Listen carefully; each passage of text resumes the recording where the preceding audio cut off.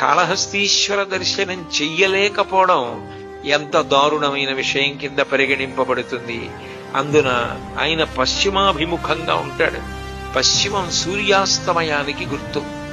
జీవితం తెల్లవారిపోయే ముందు, అంటే జీవితం కొడిగట్టిపోయే ముందు, ఆఖరిసారి మనసు ఆఖరి ఊపిరి కదలిక మీద కదులుతుంది.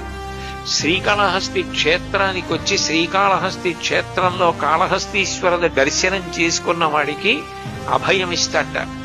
నీ ఆఖరి ఊపిరి తీయడమో వదలడమో జరిగినప్పుడు ఆ వాయువుని నేను నా నామంగా మార్చి నా నామం చెప్పావన్న పుణ్యాన్ని అడ్డుపెట్టి నిన్ను నాలో కలిపేసుకుంటాను. అందుకే అంత దయ కలిగిన వాడు కాబట్టే వాయు రూపంలో ఉంటాడు. ఆ లోపలికి ఊపిరి రూపంలో వెళ్ళి వచ్చేవాడెవరో ఆయనని శివ అని పిలుస్తారు.